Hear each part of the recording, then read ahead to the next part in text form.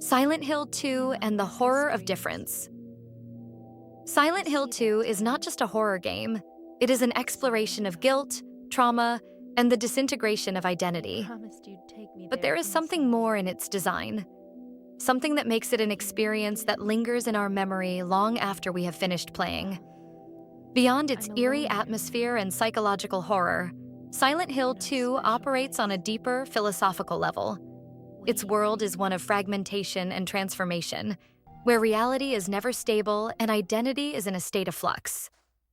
To fully understand this, we will analyze Silent Hill 2 through the lens of Gilles Deleuze, focusing on concepts such as difference and repetition, the time image, and becoming monster. By doing so, we can move beyond traditional interpretations of the game as merely an allegory of guilt, and instead see it as an exploration of the terrifying instability of identity itself. Silent Hill as a desiring machine. For Deleuze, the world is not composed of fixed structures, but of flows and connections. Reality is not a static entity, but a process, a network of interacting forces that constantly reshape one another.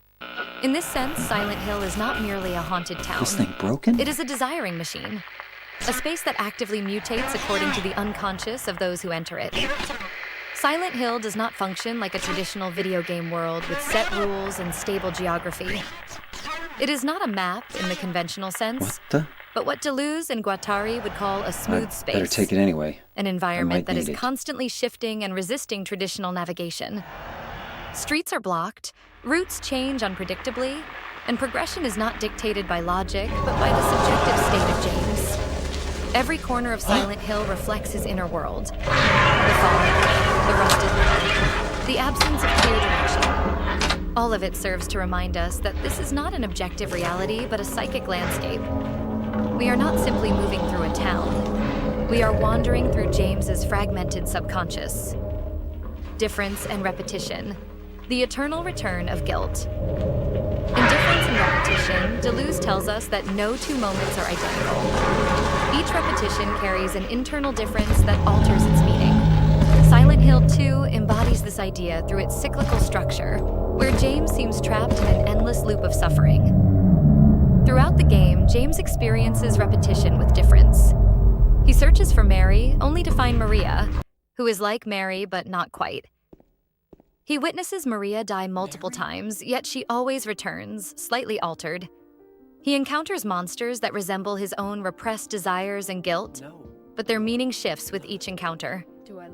The ultimate moment of revelation, the videotape, is the perfect demonstration of Deleuze's concept. We have seen James's memories of Mary before, but this time the repetition is different.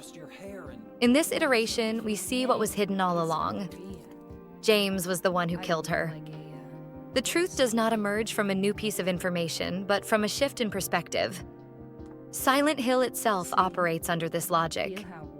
Every space, every encounter, every event feels like a return to something familiar, but with subtle, crucial differences that reshape their meaning.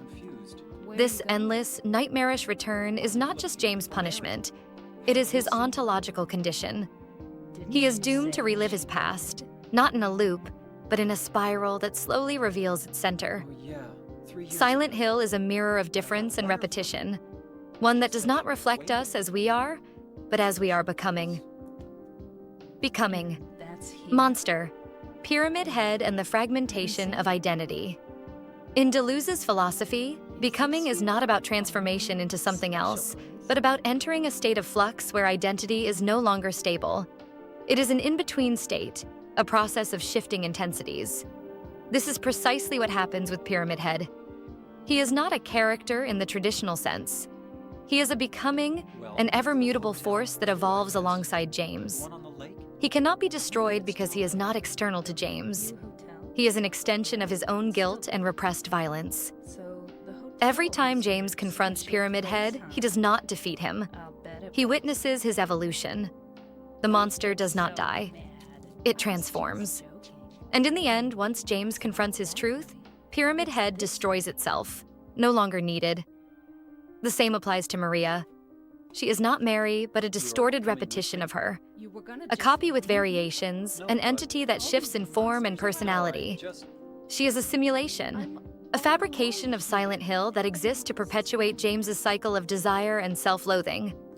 But, like Pyramid Head, she is in a constant state of becoming, her purpose shifting depending on James's state of mind. James, too, is a becoming. His journey is not about redemption or resolution, but about transformation, whether that leads to acceptance or further descent.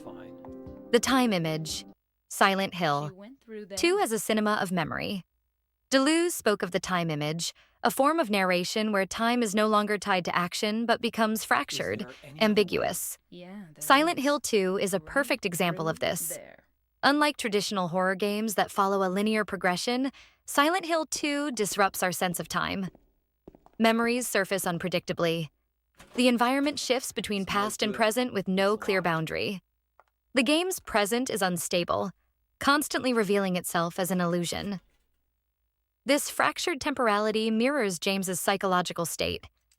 Just as he is unable to process the full truth, we as players experience time in a disjointed way, forced to piece together events that refuse to align into a coherent chronology. The horror of Silent Hill 2 is not about monsters or supernatural entities. It is about the collapse of time itself, the suffocating realization that James is trapped in an unresolved moment of guilt, endlessly reliving variations of his crime. Silent Hill 2 as an image thought. For Deleuze, art is not merely a representation of reality, but a sensory event, a machine that generates intensities rather than telling a straightforward story. Silent Hill 2 exemplifies this through its deliberately frustrating design. The stiff controls and awkward combat are not flaws.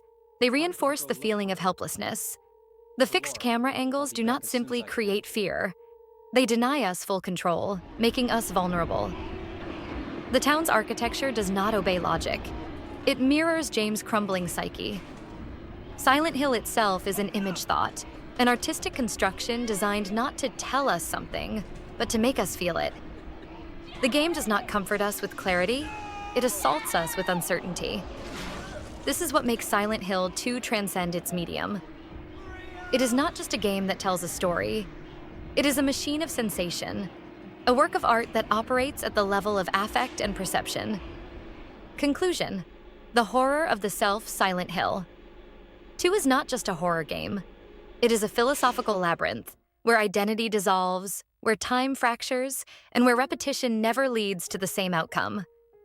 Through Deleuze's concepts, we can see that James is not simply looking for Mary. He is trapped in a cycle of difference and repetition, a becoming process that only ends when he accepts his truth. I see that town. Silent Hill.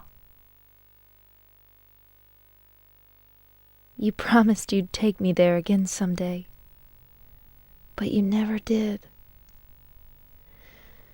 Well, I'm alone there now, in our special place, waiting for you. I'll always love you. Even though our life together had to end like this, I still wouldn't trade it for the world. We had some wonderful years together. Well, this letter has gone on too long, so I'll say goodbye. I told the nurse to give this to you after I'm gone. That means that as you read this, I'm already dead. I can't tell you to remember me, but I can't bear for you to forget me. These last few years since I became ill, I am so sorry for what I did to you, did to us. You've given me so much, and I haven't been able to return a single thing. That's why I want you to live for yourself now. do what's best for you, James. James, you made me happy.